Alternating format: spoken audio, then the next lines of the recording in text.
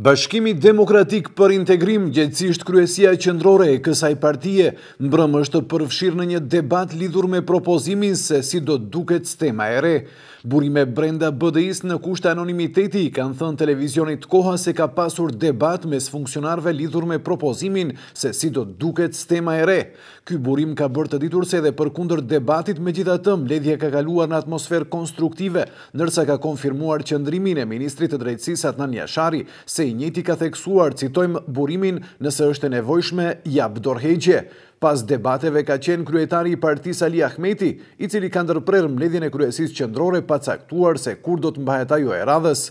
Nga Selia Ahmetit kanë bërë të ditur se kryetari ka të drejtën për të diskutuar me partnerët e koalicionit, pasi që pikërisht edhe ka marrë përkrahje në Kongres dhe ai nuk është i obliguar që secilin antar ta informojë mbi marrëveshjet. Madje ky burim shton mëtej se në të shumtën e rasteve antarët e kryesisë së BDI-s marrëveshjet që i bën kryetari marrin vesh përmes mediave.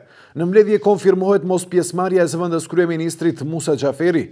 Kështu sot BDI-ja ka dalë me qendrim zyrtar rreth mbledhjes së mbrëmshme të kryesisë qendrore të mbajtur në Tetov. Kryesia qendrore në përbërje të zgjeruar me përfshirje edhe të deputetëve dhe ministrave debatoi rreth iniciativës për ndryshimin e stemës së shtetit, me që rastu konstatua nevoja për ndryshim të stemës aktuale që do të paraqes shkëputje përfundimtare nga e kaluara komuniste dhe nga ndikimi sovjetik në simbolit e shtetit, si dhe do të reflektoj orientimin ton perëndimor në përputhje me përcaktimet tona strategjike për integrim euroatlantik.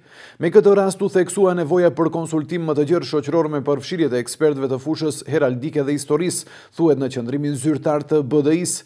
Derisa BDI-ja vazhdon konsultimet për propozim stemën, ajo sot është futur në renditet të mbledhjes së qeverisë, e cila thuhet se do të bojkotohet nga ministri i drejtësisë Adnan Jashari, që duhet të propozojë në parlament ndryshimet për stemën.